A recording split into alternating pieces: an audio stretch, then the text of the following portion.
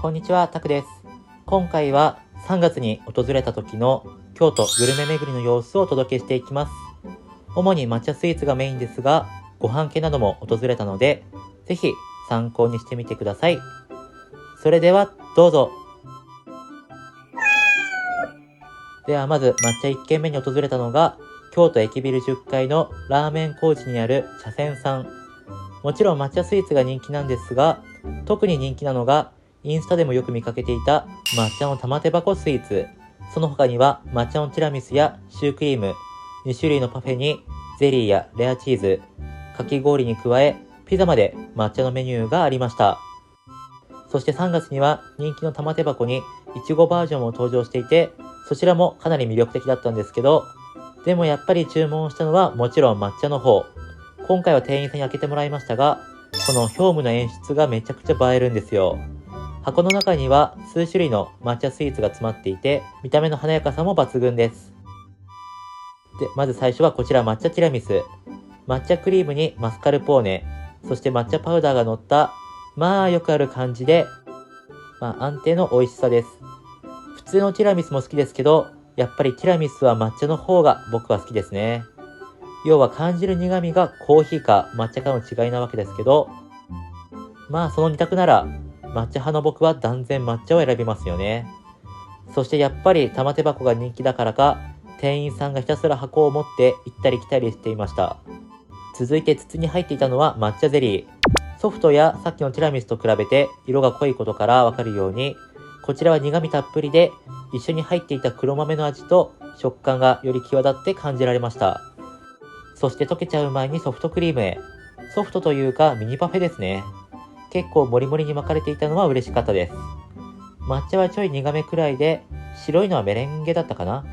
あとラズベリーに、下にはグラノーラという構成でした。ここで一旦手前の方に移動して、これが確か抹茶こんにゃくだったかな。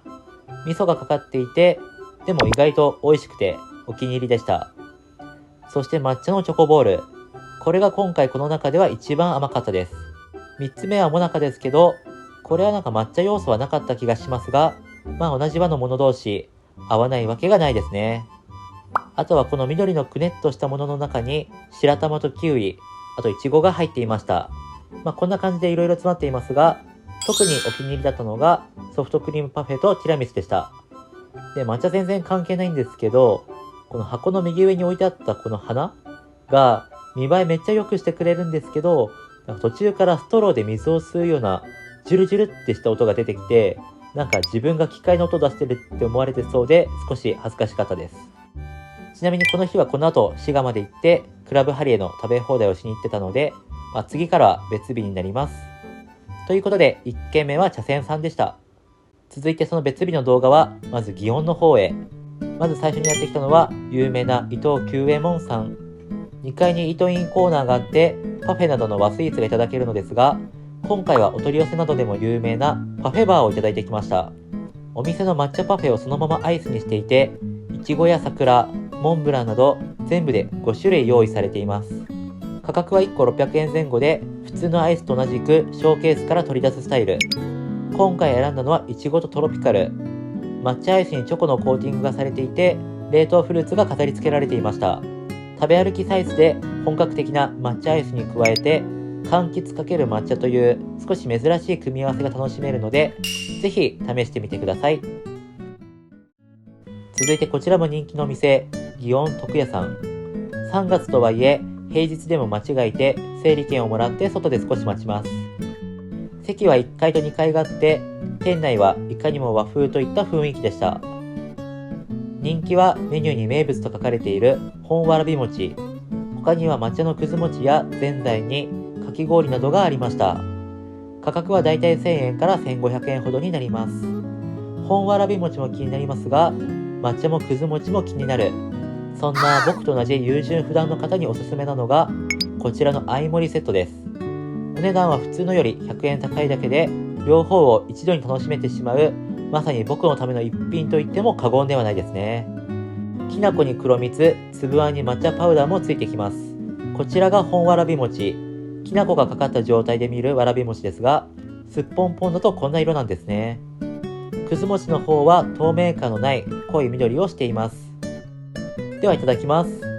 お先に言い訳だけ用意させてもらうと、この日は京都1日目で、前日にシュクレさんのケーキバイキングとソードアートオンラインカフェに行っていたこともあって、まあ顔がそこそこむくんでおります。はい。で、わらび餅はもちろんきな粉と黒蜜でいただいていって、味はもちろん美味しいです。この頃はそんなわらび餅食べたことなくて、わらび餅ってなんだっけくらいの認識だったんですけど、このお店でこれがわらび餅かとしっかり認識するようになりました。最近だと家で低カロリーのわらび餅が食べたいと思ってサイリウムで作ってるんですけど、やっぱり全然別物ですよね。そして抹茶のくず餅はあんことパウダーと一緒に食べていきますが、黒蜜やきな粉につけても美味しいですし、こうやってトッピングの掛け合わせができるのがこの相盛りのさらにいいとこですね。そうして餅を食べ終えた後は残ったトッピングを氷にかけて即席のかき氷を作成するのがお店のおすすめです。そうして完成したかき氷は全く映えませんが、抹茶小豆黒蜜きな粉という超和風の味に仕上がりました。まあ残ったトッピングの量が多くなかったんでそこそこって感じでしたが、一皿で3つ以上の味が楽しめる人気プレートで、僕のおすすめっていう感じです。はい。続いてはさっきの徳屋さんから花見小路通りを進んでいき、平日でも行列ができていた人気店の祇園小森さんへやってきました。こちらはいかにも京都って感じの店内で、お庭もあってめっちゃ綺麗です。こちらも人気はわらび餅で、普通のわらび餅と抹茶のわらび餅があって、それらを使ったぜんざいやパフェなども取り揃えられています。注文したのは多分一番人気の抹茶わらび餅で、黒蜜が別添えでついてくるので、まんべんなく上からかけていきます。抹茶パウダーのかかったわらび餅が7玉くらい入っていて、揺らすとめっちゃプルプルして可愛いですね。黒蜜ってきな粉との相性めちゃくちゃいいですけど、抹茶との相性もそれなりにやっぱいいですよね。今わらび餅のお店って人気で店舗増えたりしてますけど、抹茶のわらび餅ってあんまりない気がするので、京都に行かれた際はぜひこちら小森さんで食べてみてください。そして次は八坂神社方面に向かっていき、5軒目にやってきたのが祇園北川半兵衛さん。2階に案内されましたが、黒い壁の店内でちょっと高級感があります。こちらのお店で人気なのが、まず左の5種類のお茶が飲み比べられる茶読み、そして右のお菓子盛りです。他のメニュー含め価格的にはちょっと高級路線になるのかもしれません。注文したのはお菓子盛りで抹茶のデグリネゾンという名前です。今回は春だったので桜仕様になっていました。こちらはドリンク付きで和ウーロン茶を選んだ気がします。5種類の抹茶スイーツはこのラインナップ。ではいただいていきましょう。まずカップに入ったのが抹茶とミルクのジュレで杏仁豆腐みたいな感じだったかな。今回は桜仕様だったから三色団子と同じような華やかな感じですけど、通常は抹茶が2つ入っているっぽいです。続いて四角いのが濃茶のチーズケーキで、こちらはみっちりしてるし名前が濃いってこともあって、苦いかなって構えたんですけど、チョコも使われてたのか甘めで美味しかったです。下はビスケットみたいな、とりあえずクッキーみたいなものだったかなと。はい。そして丸いのがコロコロ抹茶ボールで、丸いサクサクしたやつだったかな。これはちょっと覚えてないです。で、アイスは特選抹茶のアイスクリームで、そんな特選なんて名前ならもちろんというかなり苦めテイストのアイスでした。ラストは1、2、3、4、5、6、7と7層構造のケーキで、名前はグリーンベルト。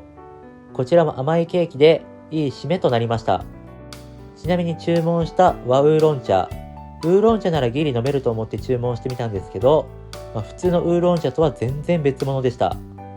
さっき一瞬出てきたお茶飲み比べは、抹茶、煎茶、ほうじ茶、和ウーロン茶、和紅茶が飲み比べできて、ペアリングのお菓子もついてくるので、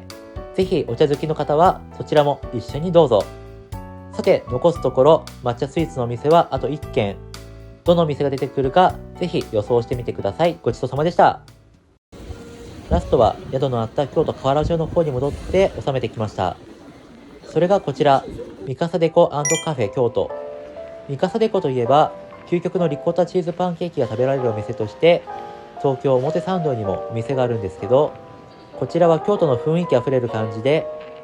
東京では使っていない抹茶メニューがあるということで今回やってきました。ちなみに人が多かったので、これは待合室でメニューを見ているところです。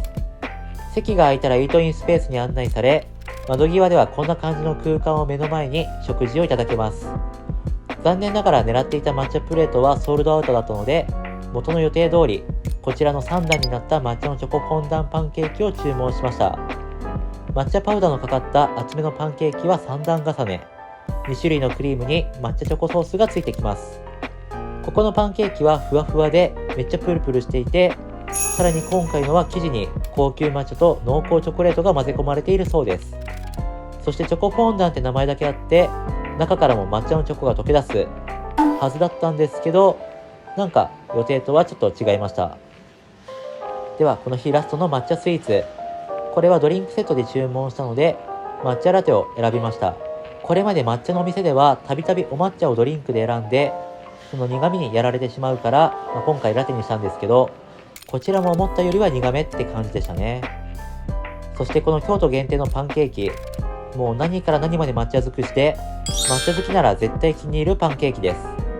個人的には今まで食べた抹茶パンケーキの中でもかなり好きでした。で、三笠デコさんはパンケーキも美味しいんですけど、横のシャンテリークリームがめちゃくちゃ美味しくて、パンケーキとクリームの組み合わせで食べたらもうやばいです。あと所々にベリーがあるので、そちらのアクセントも良かったですね。ということで抹茶巡りはこの計6店舗で終了で、この後は途中や最終日に立ち寄ったご飯系なども紹介していきます。ではごちそうさまでした。それではご飯系なんですけど、まずは京都河原町から上の方に進むとある肉屋黒川さん。宇治に本店を構えるお店で、上質な和牛のステーキ重が超人気なんです。メニューはこんな感じで、ステーキ重は賞味期限が15分なんだとか。卓上には七味と山椒が置いてあります。今回注文したのは超数量限定と書かれた極上ステーキ重。上質のお肉を使っていて、ピンク色がめちゃくちゃ綺麗ですね。今回は卵黄を追加でトッピングし、上からポトンと落としてお肉に絡ませていきます。あっさりとしつつも甘い油が口の中で溶けて、お肉自体がとても美味しかったですし、七味や山椒を加えてピリッとした味わいを楽しむのも良かったです。今回はオープン20分前で2番目でしたが、出る頃には行列だったので、超数量限定の品目当てなら早めに来店するべきかなと思います。はい、ここからは最終日の様子になります。まずはとっても食べたかったこちらの店、京鴨ひつまぶし鴨し銀さん。土曜だったのもありますが、オープン前ですでにこの並びと人気のお店。店名の通り珍しい鴨肉のひつまぶしを提供するお店で、普通のもいいですけど右の鬼肉盛りが人気です。鬼肉盛りだと紅卵もデフォルトでついてきます。もう一つ気になったのが A4 黒毛和牛リブロース炙りと京鴨ロースのひつまぶしで、こちらは1日10食限定だそうです。他にも鴨肉を使ったメニューがたくさん用意されていました。リブロースと迷った結果、予定通り鬼肉盛りを注文。蓋を開けてみるとびっしりと詰められた鴨肉、一枚一枚ツヤがあってめちゃめちゃ美味しそうです。中心の卵黄がまたいいですね。ひつまぶしの出汁はやかんに入っていて、こうやって加熱して熱々の状態で提供してくれます。薬味は刻み海苔とかわさびとかで合計3種類ほどありました。では食べていきましょう。僕は本当に鴨肉大好きで、このお肉と脂身のバランスが完璧なのと、味付けなのかな、ほんのり甘みがある感じが好きなんですよね。食べ方は普通のひつまぶしと同じで、卵黄を絡ませたらご飯とよく混ぜていき、最初はそのままいただきます。鴨肉の旨味に卵黄が絡まってとっても美味しいですし、フェーズ2として薬味を加えて食べるとピリッとした感じがより鴨肉の味を引き立ててくれます。最後は熱々のお出汁をたっぷりかけてひつまぶし風にしていただきました。ちょうどひつまぶしにハマったところだったので、今回鴨バージョンをいただくで大満足。ごちそうさまです。次は京都の名物らしいニシンそばをいただきに、祇園四条駅近くにある松葉さんへ。ニシンそばはかけそばの上にニシンという魚の甘露煮を乗せたもので、京都以外にも北海道の郷土料理でもあるそうです。メニューはいかにもといった感じで、そば、うどんのほか多様な丼などが置かれています。待っている間にお茶が用意されて、注文した温かい方のニシンそばをいただきます。まるで毛布のようにニシンにかぶせられたそば。僕はいつもそばつゆとかで食べるので、お出汁でいただくと少し薄味に感じられますけど、優しい味って感じでこれは好きです。あとニシンが結構味ついているので、その味がしっかり感じられていいと思いました。あとはネギを入れたり七味をかけて味変しながらいただきました。関東ではあんまり食べることがあるのかわかんないんですけど、ぜひニシンそばもランチとかで食べてみてください。で、今回最後に紹介するのが京都スイーツでは有名な和栗専門沙織さん。こちらでは細さ 1mm のペーストで作るモンブランが人気で、絞りたてモンブランブームの時は街がすごいみたいなのを聞いたことがあります。整理券制で朝9時から受け取れるらしいんですけど、今回は雨だったこともあるのか14時頃でも割とすぐに入れたので、どれくらい待つのかとかは正直わからないです。注意してほしいのがお一人様ワンオーダー制で、モンブランがそれなりに大きいので締めのデザートみたいな感覚でいくとちょっぴり危険かもです。メニューは錦糸モンブランやモンブランパフェ、あとタルトや夏にはかき氷も登場するようです。ワンドリンク付きなのでこの中から選んでいきます。そしてカウンターなら目の前で絞るところが見られるので、今回は絞るところも見ていきましょお絞りいたします。